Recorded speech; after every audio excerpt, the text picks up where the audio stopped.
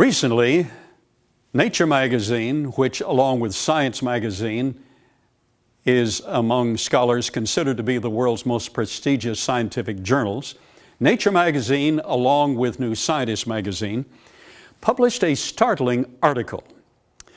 Now, these two articles published were written by different research committees, but they arrived at the same conclusion. They were studying the history of anthropology and the genetics involved, and they came to the conclusion that there probably are no atheists. That's right. Now, the evolutionary community and atheists in general say, well, we wonder if there is a God. Well, let's turn the tables a bit. Science has found that there probably are no atheists, that is, originally.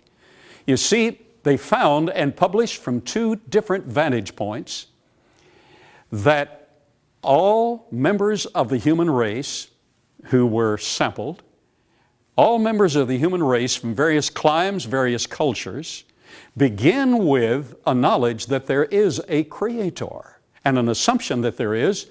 In fact, these articles admitted that it's probably impossible to expunge the concept of there being a God from the very psyche of man. Now, there are individuals who sear their conscience. There are individuals who become atheist, at least to a degree. But if you question them very closely, many of them say, well, I consider atheism, but I'm not sure there's not a God, but I just act as if there is not a God.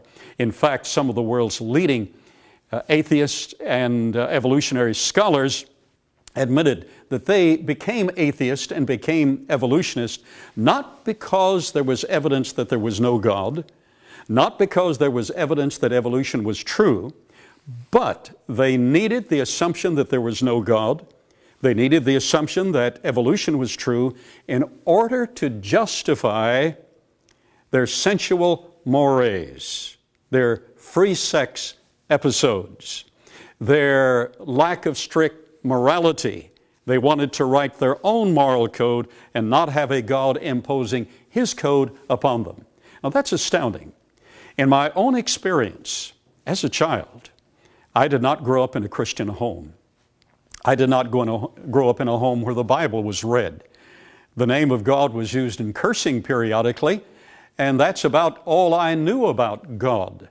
I remember visiting my Aunt Claudia, and she said, have you ever read the Bible? What's the Bible?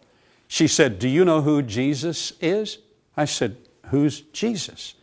And I was a pretty good sized boy. I had no idea. Yet, I remember as a child, without having read the Bible, without having the message of Jesus Christ, without having the gospel story, without the Christmas or Easter stories, I remember as a child looking at a sunset, and I knew there was a God.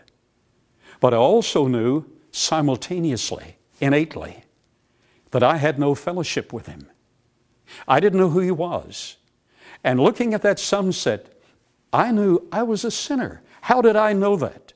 The Spirit of God spoke to my heart. No one told me I was a sinner boy. In fact, we now have learned that all people know 5 things. Number 1, all cultures know that there is a God, but they have no fellowship with Him.